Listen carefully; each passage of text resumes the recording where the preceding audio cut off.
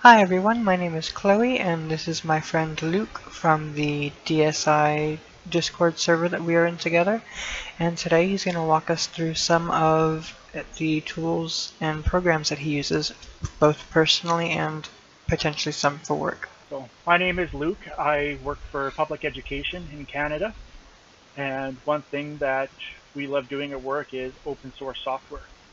I'm running Linux for my main daily driver, and I keep up a blog for IT professionals, and I also have a few Linux-based programs that I've written. So the first program I have is an email list, similar to a mail merge that would be done in the classic Microsoft Office. When our school district moved over to a different email system, it removed the ability to do mail merges through Office. So this is my solution. The user can create a list of email addresses and the customer information they want put in, create an HTML formatted mail message, and then this program will send out the emails to them in that HTML formatted message. Nice! How long did it take you to make that? This one took a couple days. It was a in and out kind of project. It's been in use for almost a year now. This next one is my Nagios scraper. Each of our sites are siloed off, so one school can't talk to another school. This program gets the publicly facing Nagios instances from each server and displays them in the terminal so I can quickly see that everything is running. Oh, neat. So it So shows. is this for like from school A to school B they can't communicate with each other, but they have Nagios instances that this pulls from? Correct. So those of you who don't know, Nagios is a service checking program. It runs on Linux and it has little pieces that it spits out and gathers the information back. For example, it can ping host, it can run SNMP checks, it can run service checks against Linux OSs and Windows OSs. It can check disk space, usage, temperatures, anything that you can script with Perl or Bash command, you can check with Nagios. That's really cool. Would you say that this would be like a beginner utility or more of an intermediate or advanced? This is a very beginner-friendly utility. All that you need is the name, password, and URL of your target Nagios servers. And when you run it, it goes out, fetches the details, and spits it out for you in a nice, pretty table. Nice. So does Python create that table or does Nagios do it? Python does it. Ah. How long did it take you to set up this one? This one I've been working off and on for a few weeks. Um, as of almost a year ago, it was what I considered complete. It works with all the authentication types that Apache supports and is working for the newer versions of Nagios as well. My goal here is that it shouldn't care what the target Nagios versions are.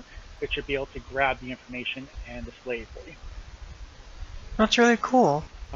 This one here is choose default printer. When Windows 10, well actually back when Windows 8 came out, Microsoft introduced a new settings program that many people are not used to using, and trying to set a default printer had become difficult unless you went through the control panel. What this program does is it runs as a regular user. You don't have to be an administrator. Oh, I don't have a screenshot on it. It lists all the printers that are available, and you can choose the printer you want to set as the default. This program will also go through the Windows registry and set the flags that are required so that Windows does not try to manage your default printer for you, which is the new default. By default, Windows, just like Mac OS, will pick your last printer that you used and set that as your default going forward. With a school that has many, many different printers, having staff manually choose a printer every time is obviously not something we want to do. So this program sits on their desktop. They can double click it, choose the printer, and hit go. and it sets that as the default printer from then on. Hmm. So instead of going through the native Windows utilities, you can just run this program and it makes the whole process a lot easier? Correct. Cool. How long did it take you to set this one up? This one took probably about a month.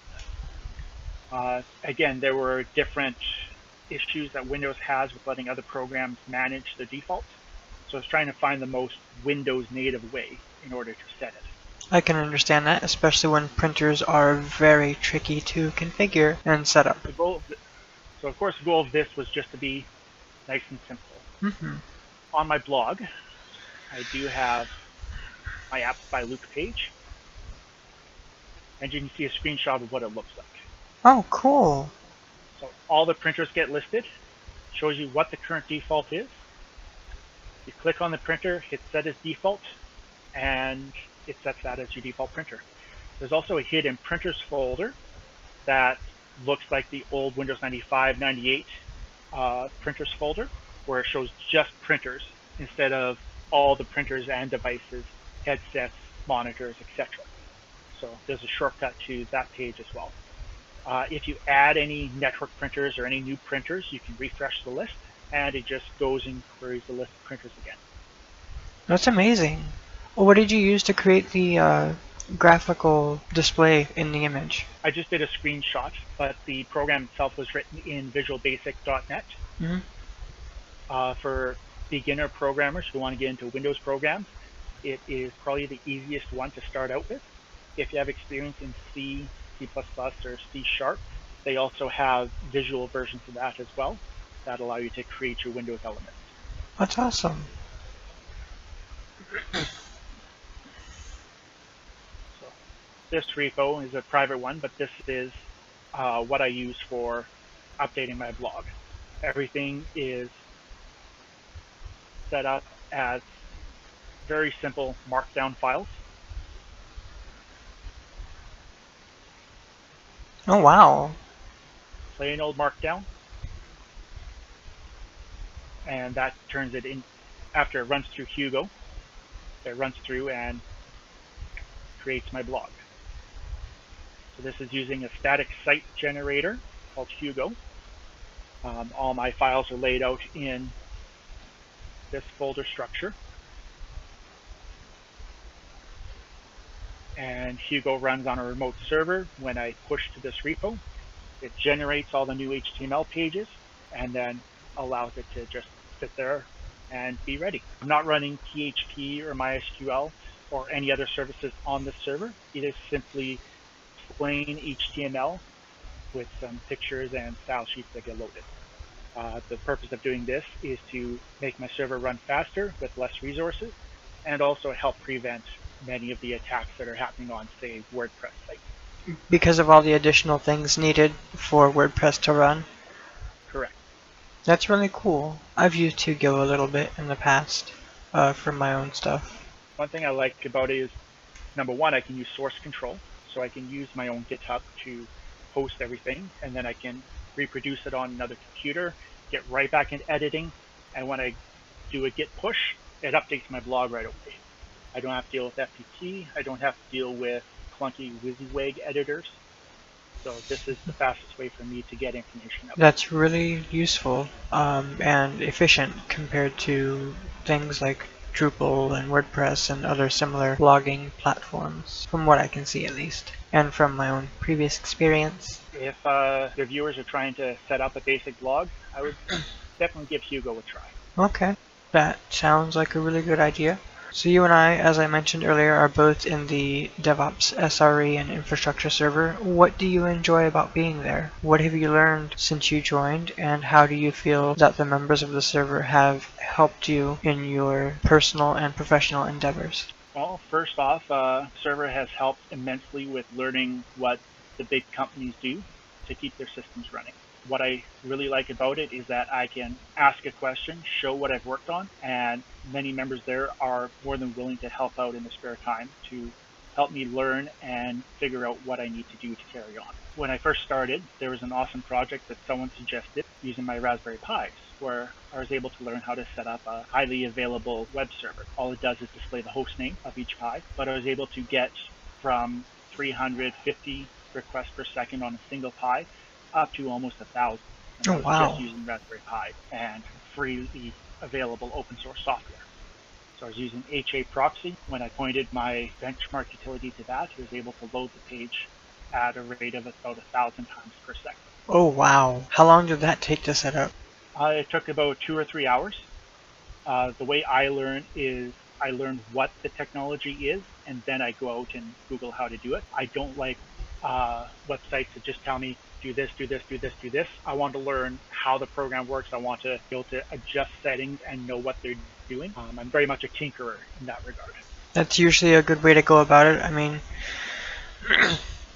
yeah, you can follow a guide or instructions, but you're not learning about the tools that you're using unless you, like you said, do a bit of a deeper dive into them. And I'm glad that that's some of the ways that the server was able to help you. The members have been fantastic, and I love being able to help out where I can. So when I see Windows questions pop up or Python questions, I'll do my best, jump in there and answer with what knowledge I do have.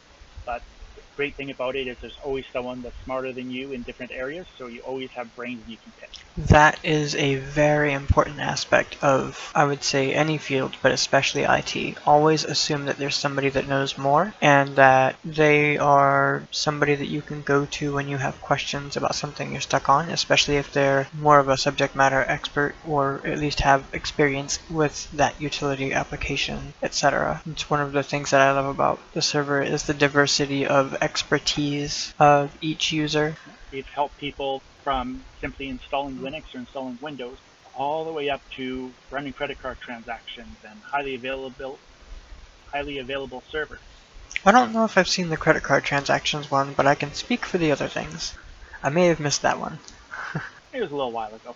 Usually, especially with how fast this year has been flying by. Is there anything else that you would like to add before we I would like depart? to say that if you have any interest in getting systems up and running, being highly available, being redundant, or just plain experimenting, I suggest joining the server, meeting people, and seeing what the cool new technology trends are. Alright, thank you very much.